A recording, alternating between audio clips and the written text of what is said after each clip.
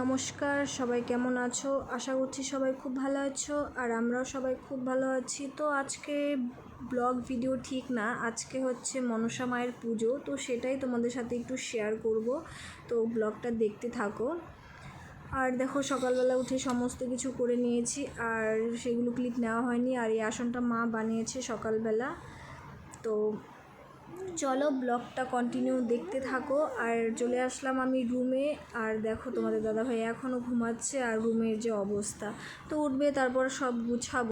তারপর আমি চলে আসলাম দেখো এই বাইরের দিকে। এখানে অনেক দুব্বো হয়েছে আমাদের, আর এখান থেকে তুলে নিব কারণ বাড়িতে পুজো আছে। তোমরা তো সবাই জানোই আজকে মনসা মায়ের পুজো। তো এই দেখো দুব্বো তুলে নিলাম। এই যে তারপর দেখো বাবা বেলপাতার ডাল নিয়ে আসছে আর সেগুলি আমি ছাড়িয়ে ধুয়ে রাখলাম।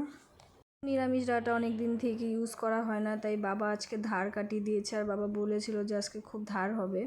আর দেখো সত্যি সত্যি আমার সেই হাত কেটেই গেল।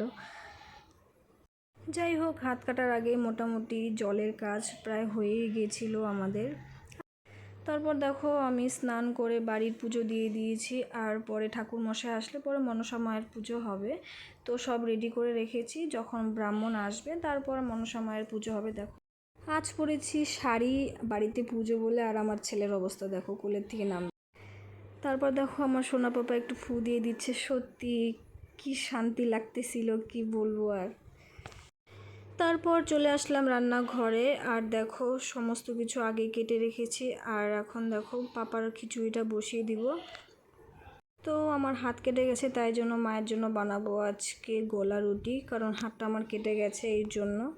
তো চলো পরে আবার কথা হবে। মায়ের জন্য রুটিটা বানিয়ে দিই, মারও শরীরটা ভালো না, জ্বর আসছে। তারপর দেখো এটা হচ্ছে বাসি দুধ, কালকে এটা গরম করে নিচ্ছি আলাদা। আর এদিকে আজকের দুধটাও আমি গরম করে নিচ্ছি।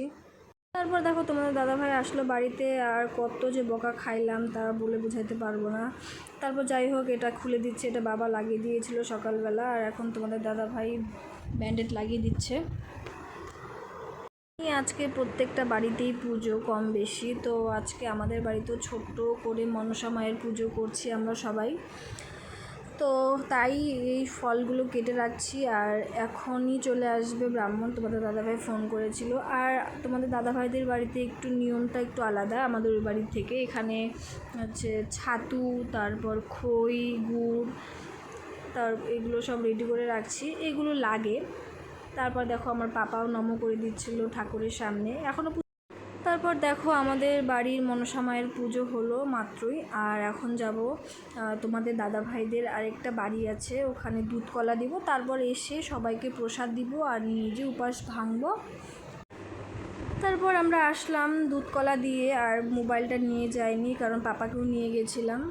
তারপর সবাইকে প্রসাদ দিলাম আর আমি এখন নিজেও খেয়ে নিচ্ছি একটু প্রসাদ। তারপর আমরা তিনজন বেরিয়ে পড়লাম বাজারের উদ্দেশ্যে, একটু বাজারে দরকার আছে। আর বেরিয়ে মনে হচ্ছে বেরোনোটা ঠিক হলো না, প্রচুর মেঘ করেছে। তো যাই হোক, ভিডিওটা আর বড় করব না। তো ভালো লাগলে অবশ্যই লাইক কমেন্ট করো। টাটা।